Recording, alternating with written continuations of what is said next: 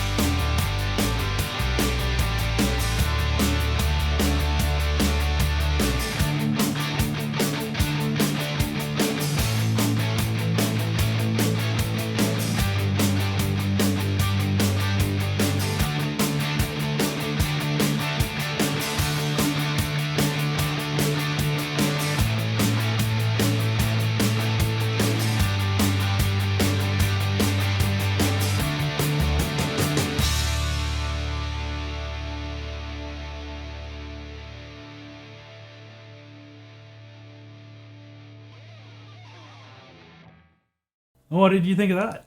Yeah, nice and quick, just a couple of changes. Made a custom fan, put it in there, it looks really good. I've designed that fan in such a way that you can put the nut in the back of the cone that comes off the back of the fan, so you can attach it to the motor from the outside.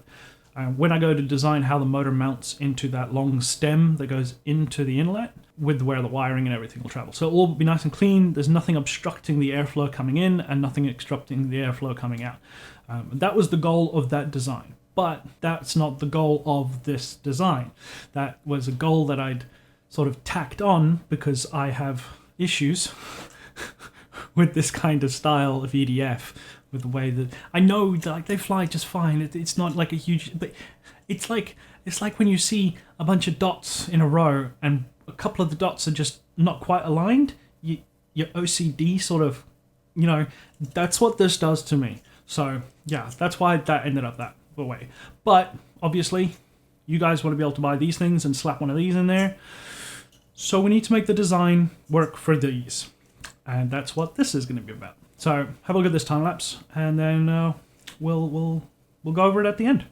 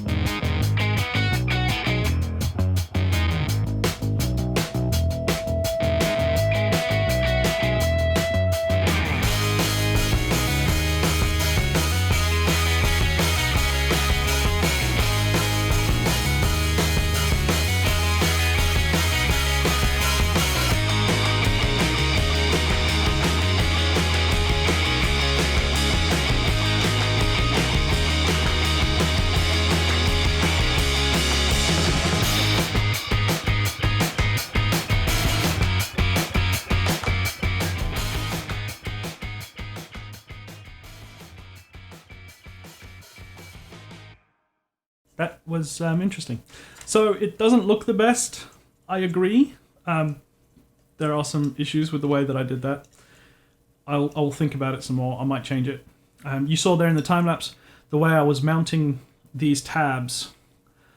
It was first 2 pylons that came straight down, and then it was 2 pylons that came straight down, and then they had tubes that connected it to the front so that the surface over the wing was clear, and that still didn't look right. And then I was like, hey, why didn't I just revolve it 180 degrees and then use an extrusion to subtract 1.5 mil to account for the thickness of the tabs, so this gets mounted axially to the inlet.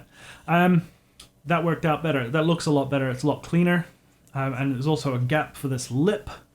And this is the big issue. If they sold these, and I don't know if they do, please let me know if they do. If they sell 70mm EDF setups, those cheap ones, that doesn't have this lip, if it's nice and straight, then I can simplify this design so much more. And if I can get the dimensions for that particular brand that has the straight edge without this lip, then we can have that nice, clean, enclosed setup that looks a lot like the other one that I've got with the tube that comes into it. I honestly prefer the way I did it with my pusher setup, where you've got the EDF fan as a pusher, like a pusher prop, but we can't all do that. So, yeah, these are the goal. I need to keep that in mind. I keep getting off track. And yeah, thank you to Jotham for getting on to me about that. He's like, why are you doing this? Why this? And I was like, oh, I better explain it. So that's the reasons why. I wanted nice and clean airflow without the wires and everything. All that will be contained inside that stem. So, I've been Chaos, and as always, expect the unexpected. And I'll see you guys next time. And a special thank you to all my patrons that help support the channel. If you would also like to support the channel, there's a link in the description.